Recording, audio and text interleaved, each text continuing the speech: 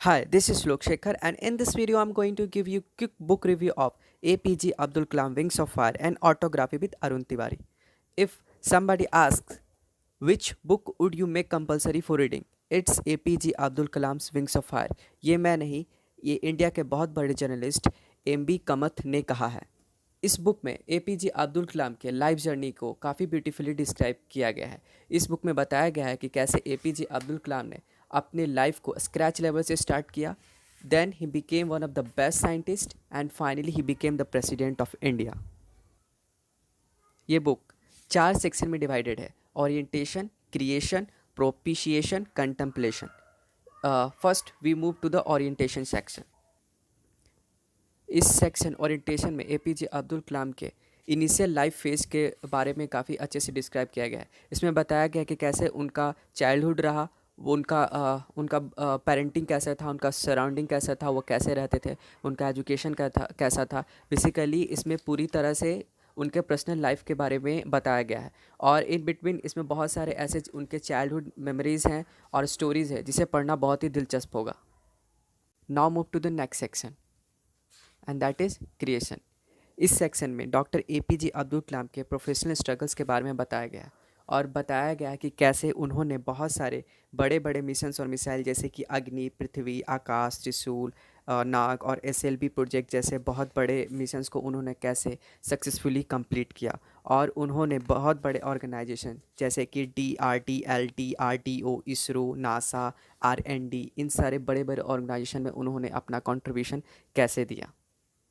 इस बुक में उनके लाइफ जर्नी के कुछ कुछ पिक्चर्स भी हैं, जैसे आप देख सकते हो। ये रहा, ये पृथ्वी का है और बहुत सारे ऐसे पिक्चर्स हैं और उनके और भी बहुत सारे पिक्चर्स उनके पर्सनल लाइफ से रिलेटेड, जैसे उनके फादर का पिक्चर हो गया, उनके फादर का फ्रेंड का पिक्चर है, ये पिक्चर जहाँ वो रहते थे उस लोकेलिटी का पिक्चर्स है, ये उस जगह का पिक्चर है जहाँ से वो अपने बुक बोरो करके पढ़ते थे।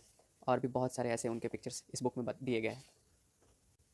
इस बुक में बताया गया कि कैसे ना कि सिर्फ वो मिशन करते टाइम बल्कि उनके पर्सनल लाइफ में भी बहुत सारे अप्स एंड डाउन्स आए।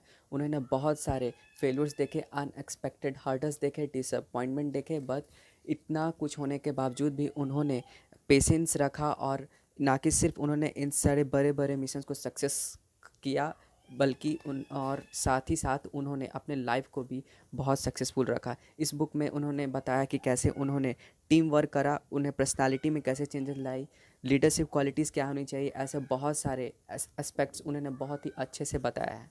Now move to the next section and that is प्रोपिसिएशन।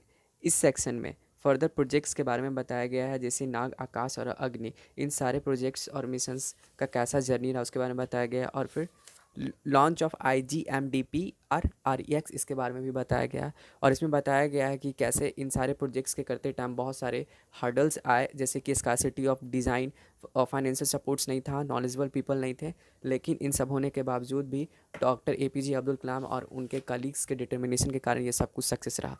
और इसमें ये भी बताया गया है कि कैसे डॉक्टर एपीजे अब्दुल कलाम ने खुद को कैसे संभाला जब उन्होंने अपने मेंटर प्रोफेसर साराभाई और डॉक्टर ब्रह्म प्रकाश को जब खो दिया। Now move to the last section of this book and that is contemplation. इस सेक्शन में पूरी तरह से यह बुक का ऑब्जर्वेशन और कंक्लूजन के बारे में बताया गया है। इसमें डॉक्टर एपीजे अब्दुल कलाम ने अपने सारे मिशंस कंप्लीट होने के बाद कुछ मोमेंट शेयर किए हैं, जैसे कि जब उन्हें पद्म विभूषण अवार्ड से सम्मानित किया गया और उनके कलीग्स और साइंटिस्ट को भी बहुत सारे अवार्ड्स मिले। और इसमें उन्होंने बताया कि कैसे एक इंडिया को एक अलग पहचान मिली साइंस के फील्ड में। The missile man of India, जिन्होंने अपने लाइफ के हर एक फेज़ में बहुत सारे सेटबैक्स, डिसअपॉइंटमेंट, फेलवर्स और इमोशनली डील किया है, but he still kept going. ये बुक बहुत ही ज़्यादा मोटिवेटिंग और इंस्पायरिंग है और मुझे लगता है कि ये बुक सभी को एक बार स्टूडेंट लाइफ में ज़रूर पढ़ लेनी चाहिए। So that's all from my side. I hope you got the required information and thanks for watching.